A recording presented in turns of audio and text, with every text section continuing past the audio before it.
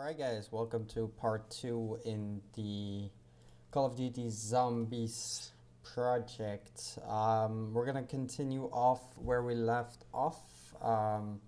If we take a look in our player blueprint, this is what we did in the last episode, set up the sprinting and crouching.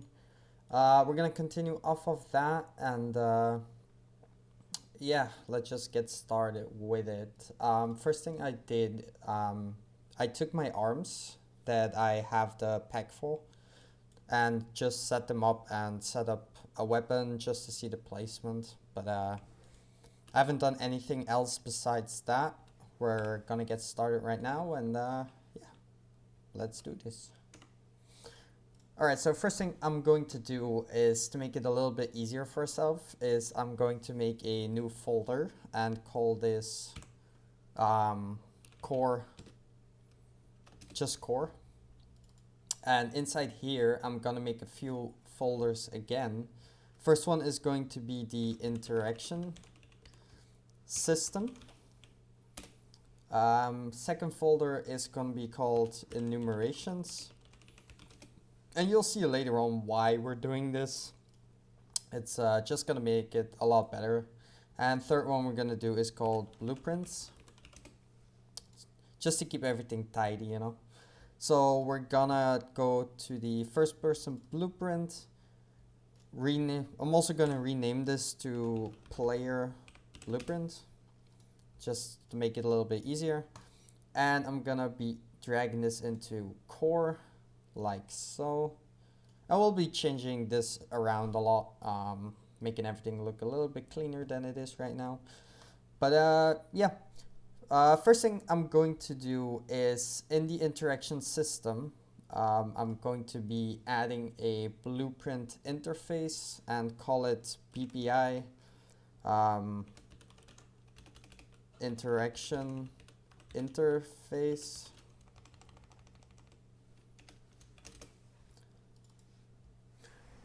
And if you don't know what a interaction interface is, it's basically a way to communicate between actors without having to cast to it. So this saves you like a lot of GPU power and stuff. So it's the best way to interact between actors without having to cast. Alright, on the top right in the functions list, we're gonna add a function called onInteracted. What this is going to be is just, as the name explains it, it's going to be whenever you interact with an item, it's going to be showing this. You want to have an input of player BP, which is our player reference. I'm going to be calling this player as well. Then you want another function for on interaction range entered.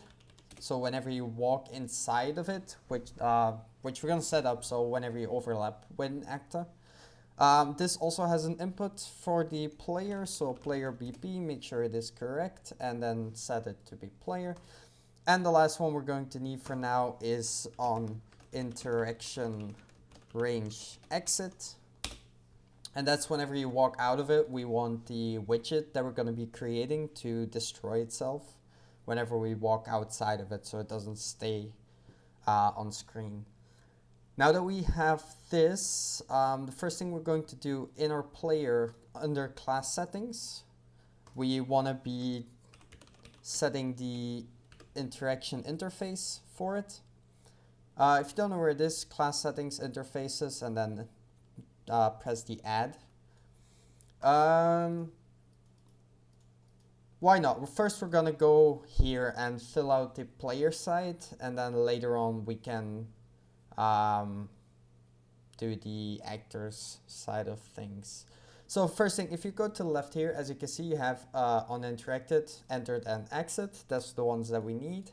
And if we enter the interaction range, we want to have it from the capsule component whenever we overlap with something. So we're going to be dragging the begin overlap and end overlap like so. I'm going to be dragging it here so it just looks, it stays the same. It looks a little bit better. That's not necessary, but alright. So out of the other actor, the first thing you want to do is you want to check if it does implement an interface. And the interface is going to be the interaction interface, like so. What it basically does is whenever you overlap with an actor, it just checks whether it has the interface or not. And get a branch. Oh, if you don't know how to do a branch, if you hold B and left click, it will automatically do a branch for you. If this is true, so if it has the interaction interface, what you want to do is come out of the actor and basically just do on interaction range entered message. And it's going to ask for the player. So which player is interacting with it. And we're just going to be, oh my god, like so. And we're just going to be dragging out of this and get a reference to self. So our player is interacting with it, like so. And now if you are not, when you walk out of the interaction range, you basically want to do the same thing. So copy all of this, paste it down here. It's pretty much gonna be the same. So drag that in there, this in here. Except instead of having the entered, we want to have the on interaction range exit, like so. We don't need the self anymore, so we can just delete it like so. What it basically does is, to recap real quick, whenever you overlap with an actor, it's going to check if it has the interface or not. If it does, it's gonna get the on interaction range entered from the interface. And whenever you end overlap, it's basically the same thing, except you're going out of it, so you exit the range. Now that we have this set up, we can also, one quick thing we need to do, if you go to edit project settings and go to input, where we have the interact, we also want to have a axis mapping for interact. So make an interact action mapping, set it to the same key. The reason for this is we are going to make a system that you can select. Like if you go to here, on the beginning of the game, we're gonna make it so you can check a box whether you want the player to press once to interact with an item, or if you want him to hold the key for a certain time before it interacts. The reason I'm doing that is just to give you guys more of control over how you want to do it. Maybe someday, like maybe in a way you want to have it differently. So like if you pick up a weapon, it's pressing, but if you, for example, want to open a door, you have to hold it for a certain amount of time. So that's why we're doing this. This is going to be a little bit tricky. Just bear with me. I'm going to write the code and try my best to explain it afterwards, but it's quite tricky, so just bear with me for a second. I'm gonna be checking my notes real quick to make sure I don't make a mistake, and I'll be back with you guys in a second. Okay guys, I'm back. Alright, so the first thing we want to do is we want to make a variable down here and call it hold input for interacting, question mark. I know they're really long booleans, it's just so people understand it better. And the first thing we want to do from here is, out of the access event, we want to have a gate. And what a gate basically does is it controls the flow of whatever is being sent, because this is always calling, and it just looks at whether it is whether it has an access input or not. So it's always going to be calling. So that's why we need this gate to basically limit the amount of information that can pass through it, depending on whether you are holding the input action or not. It's going to make sense once we start writing the code, but Yeah, just bear with me for 1 second. It's gonna be confusing at first. But first thing we want to do is out of the input action, we want to have a branch. And what the branch basically is going to do is it's going to check whether you are if you have the hold input on or not. If it is true, then you want to open the gate. And if it is false, we are going to make a custom event up here, which is click to interact. And you'll see in a second why this is. But if it is false, we just want to do click to interact, like so. And of the released here, first thing we want to do is we want to make a sequence. And out of then 1, we want to close the gate, like so. And then out of then 1, we are going to reset the do once in the back. But out of this, what you want to do is get player controller. Okay. And out of this, what you want to check is input key down. Oh no, time down. Get input key time down. That's the one that you want. And the key that you want to have is from the interact right here. So make a little reroute node, like so. Try to keep it a little bit more clean, like so. And then out of this is going to be basically how long you want to hold the button for. So if it's more or equal to, and we're just gonna set input key hold time. Okay, so set it up like so, and then we wanna just drag this down a little bit. We want to get a branch out of the exit like so. And then if you hold it for more than this time, by default, let's set it up to be like half a second, like so. And if it is true, what you want to do is you want to do a do once. So you only do it once because the gate is going to be open, right? So you don't want to do it like 50 times. So out of the do once, also drag the click to interact here, like so. So out of the do once, what you want to do is get whenever you interact, you want to get the overlapping actors with the class filter as being actor. And then you want to do a for each loop with break. What this basically does is whenever it finds a actor that has the interface, it's going to stop the loop and use that actor instead. So otherwise it's going, if you do a normal for each loop, it's just going to do all of them, which you don't want because maybe some actors you don't want to pick up. So out of the array element, you want to check if it implements the interface, which is the interaction interface, like so. Branch that, check if it does. And if it does, you want to grab the array element and you want to on interact it, like so. So player is self, like so.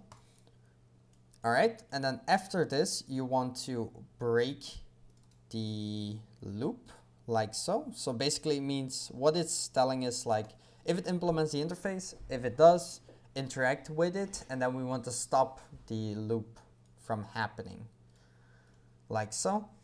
And then the reset out of the do once, right here, the reset is going into the sequence of the then one. So grab a little reroute node to keep it a little bit clean, like so. All right, that should be all. I'm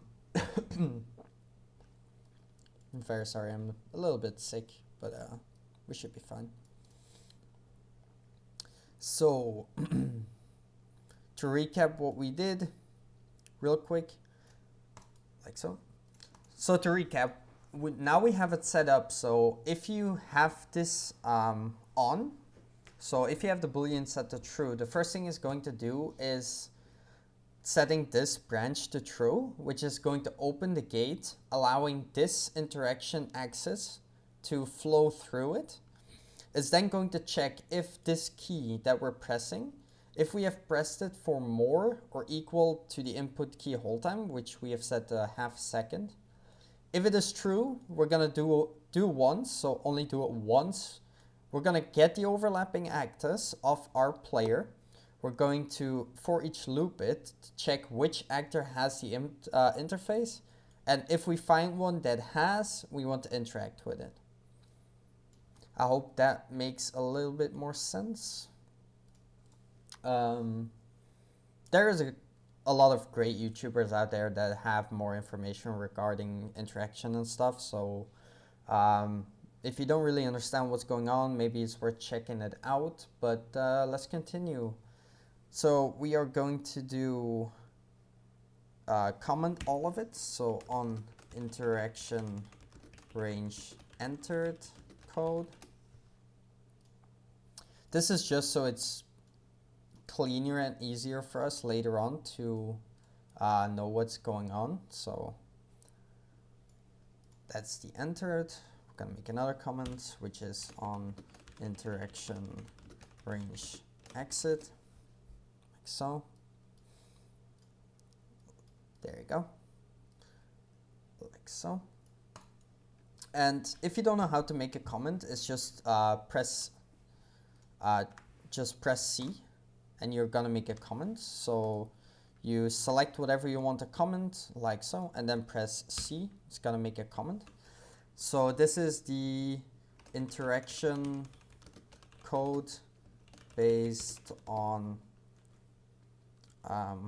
hold input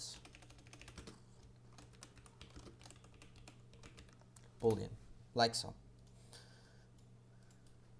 All right, so that is it for this interaction. So we have that set up. Now we can go and actually go into our actors. So you can close the player. We're gonna be coming back to this afterwards, but we're first gonna work on the interaction actors as well. So first thing you want to do is in the interaction system, right click, click blueprint class actor and call this the interaction master blueprint. Double click to open that. And in here, you're going to have the default scene route. We're gonna keep it. We're gonna keep it. You don't exactly need it, but I'm just gonna keep it, and you'll see later on why that is. But the first thing we want to do is add a box collision. It doesn't have to be a box collision. You can have a sphere collision as well, but just have any of the collision shapes. And I'm gonna be renaming this to interaction collision, like so. And under class defaults, first thing we want to do on the top right, we want to start with tick enabled. We want to get rid of that. And then in our settings, under actor, under this little drop down, make sure you select generate abstract class. That basically makes sure that we can't spawn an instance of this class. Because we're not going to be using this. We're going to be using childs of this. And then under interface, make sure you have interaction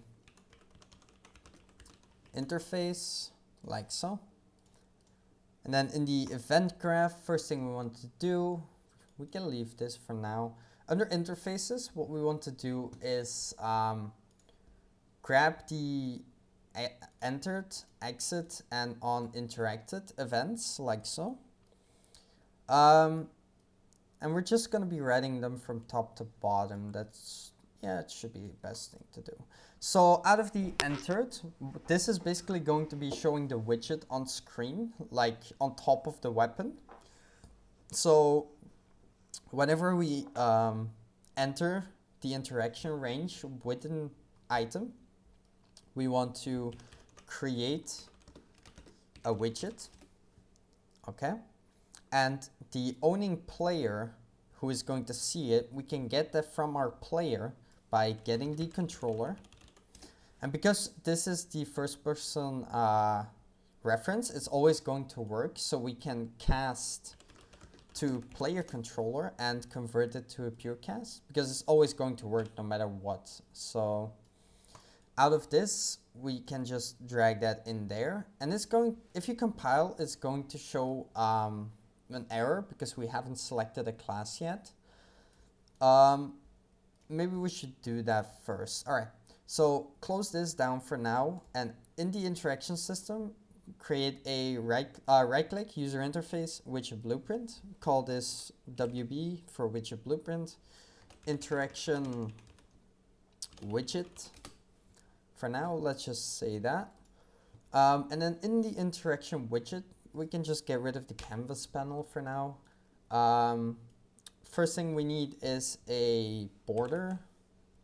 I'm gonna make this really simple. You can make this more advanced if you want to, but we're just gonna be making it quite simple for now. If you set this to desired, you can see how it's going to look. And I'm just gonna be setting it to black with half opacity. Inside of here, we want a horizontal box and then have like 3 text widgets inside of here, like so. This is gonna be basic. Afterwards, we're probably gonna come back and rewrite this code a little bit, but for now we can just leave it like this. So the first one is going to be called press or hold input. The second one is just going to be the interaction key ID. And the third one is going to be called the interaction text. Like I said, it's going to make sense once we start writing the code, and I just want to do everything so we won't have to run back and forth the entire time. In the graph, on top right, in the graph, make 2 new variables. First one is going to be called press or hold input text. Make it of type text and set it to instance editable and expose on spawn. Then we want to duplicate this and call this the interaction text, like so. Also make sure it's instance editable and expose on spawn, like so. And if you go now back to the designer, what you can do is on the left one, so the press or hold input, you can click bind and then press or hold input text. And on the right one, which is the interaction text, you just want to set to interaction text, like so. All right, now to design this a little bit, all I'm gonna be saying is like hold, then this is going to be our key, so E, and then to interact by default, okay? So make sure that I'm gonna be setting all of these to have like 5 padding in between. Maybe have like these be like uppercase. Set them to be like 16 centered, like so. Like I said, you're gonna be, this you can make completely how you want to. I'm just gonna be keeping it basic like so. I'm not gonna be worrying too much about it for now. After you do that, you can close out of the widget, and in our interaction range entered, you can set that to be in here, like so. And if you now compile, it will work, and it will show you 2 inputs that we are going to be using. Maybe let's set up that function first. So if you click on the plus function, we're going to be saying get widget text. Get widget text is fine. We're going to be making sure that it is not pure and not constant, because we are going to be checking whether we are pressing or holding. So in the event graph, under begin play, get the player character. Out of this, we want to cast to first player blueprint, cast to player BP, and make that a variable. This is only going to be called in the master once, so this is not going to be too heavy on performance, so we can cast to it once and saving it. And then back in our function, we want to get the player BP, we want to get hold input for interacting, so the boolean.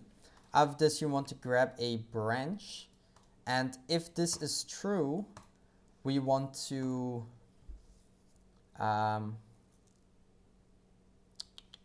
wait a second. Oh yes, we need to make two more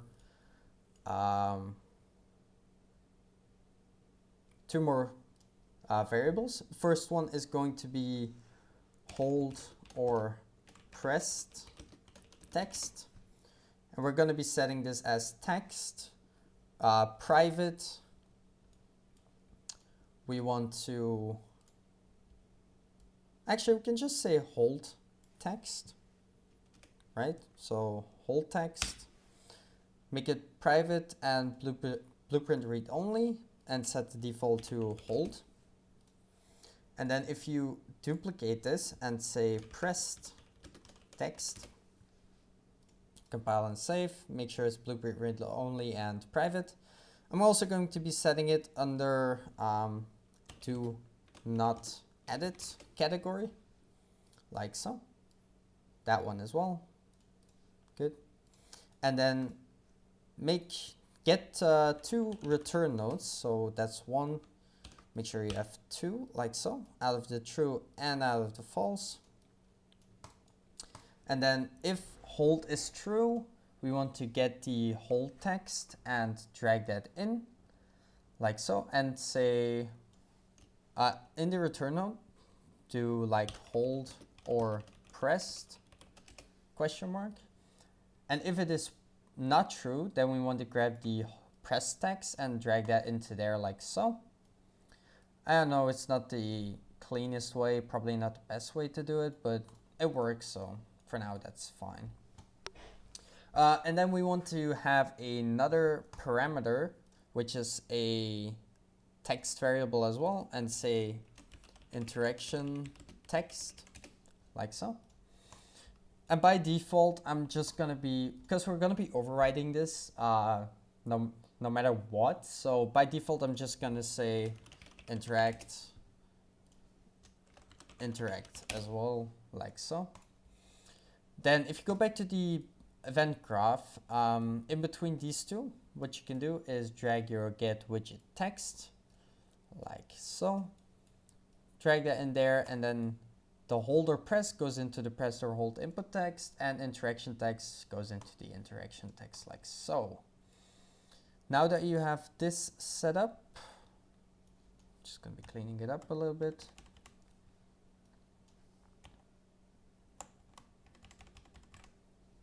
Like so.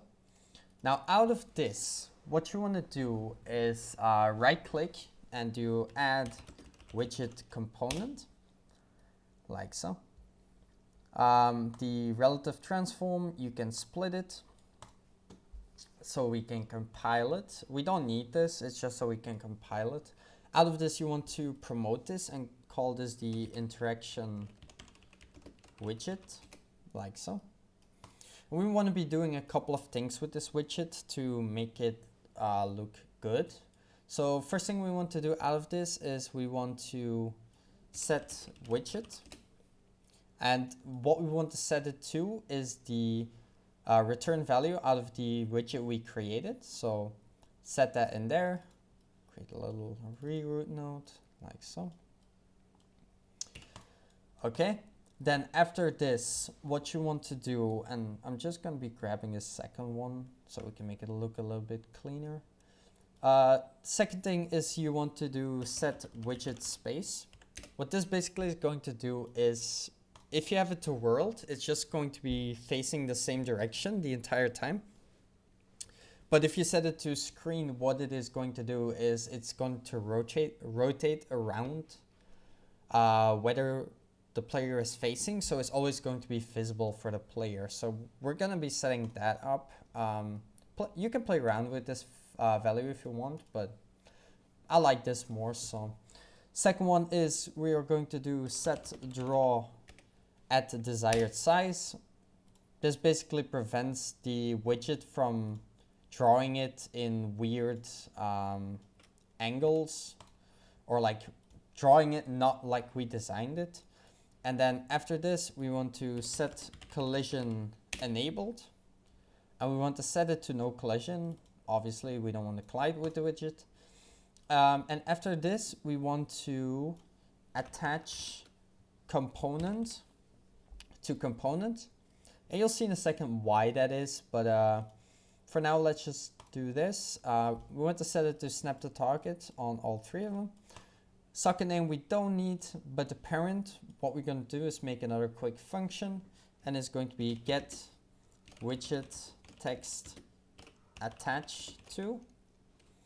Okay, and by default, we just want to grab the default scene root, and we want to return the default scene root by default, because once again, we're going to be overriding it afterwards. So grab the widget text. Oh, make sure you set it to pure and constant as well, so you won't need the input keys for it, like execution pins for it, like so.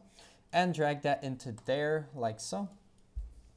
And that is all we need for this entered state. Now, one quick check you can do to make sure that it doesn't get into trouble sometimes, because I don't know when it would happen, but it's possible. Get your interaction widget and check if it is valid. So if it is created, then we don't want to do anything, but if it is not, we want to continue on with the code. Same with the exit. If we go to the exit, we can just copy this, like so. And if it is valid, so if it is created, then we want to destroy component, like so. And that's all we need for this, like so. So now that we have that, we can quickly comment this. So let's say on interaction range exit event, like so, and do this, and then on here make another comment on interaction range entered event, like so. All right, now that we have that set up, the last thing to do in our actor is the interaction, but we're going to be leaving this open because we're going to be overriding it depending on what we're interacting with. So for now, we can leave it like this. The whole text. All right, so that should be fine. If we now go back to here and we create a child of this and we call it weapon master DB, like so, we can drag this back into core, into the blueprints folder, so we have easier access to it later on. Maybe we'll make another folder, call it weapons, and drag that into there. Just keep everything nice and clean. I'm also going to go to the, I already have it, I think, yeah. I'm going to be dragging the player blueprint into the blueprints folder as well, so like so. We're going to be setting up weapons now. Let's see, how far along are we? We are 34 minutes in. It's going to be taking quite a while, so we might need to do this in part 3. So I'm going to end it here. We have the interaction system set up now, so whenever you interact, we can quickly test this out if you want by just print string hello. So If you drag in the weapon master for now, we can just make it a little bit bigger, like so. Also, I'm gonna go in here real quick and make sure that we can see it in game, like so. So if you go into game right now, you run into the box. It's currently set to holding, so if you hold it for half a second, actually it's not set to hold. Give me 1 second, let me see. Blueprints, player BP. Oh, right. Now it was set to pressing, so if you make sure that it is on, and you go in here, if you press it, it doesn't do anything. The moment you hold it for half a second, it says hello, so it's interacting. Can get rid of this, there you go. And then if you do it again, you can press it and it's doing that. The only thing I'm seeing is the hold interaction is not working. Oh, it's because I didn't change it. Make sure you change the value of the press text and that it actually says press, like so. So now we have it on pressing. So if we run in here, it should say, there you go, press E to interact. We can spam it like so. But if we now go back into our player and we set this on, so now we need to hold it for half a second, go in here. It says hold to interact. If you hold it for half a second, there you go. It works. All right, so that is all we're going to be doing for now, and we'll pick this up in part 3, where we'll actually be making the different types of weapons and wall buys, as well as setting up an inventory system for the player so we can have our 2 weapons and switch them around. So yeah, if you guys enjoyed it, leave a like, comment, and subscribe, and I'll see you guys in part 3.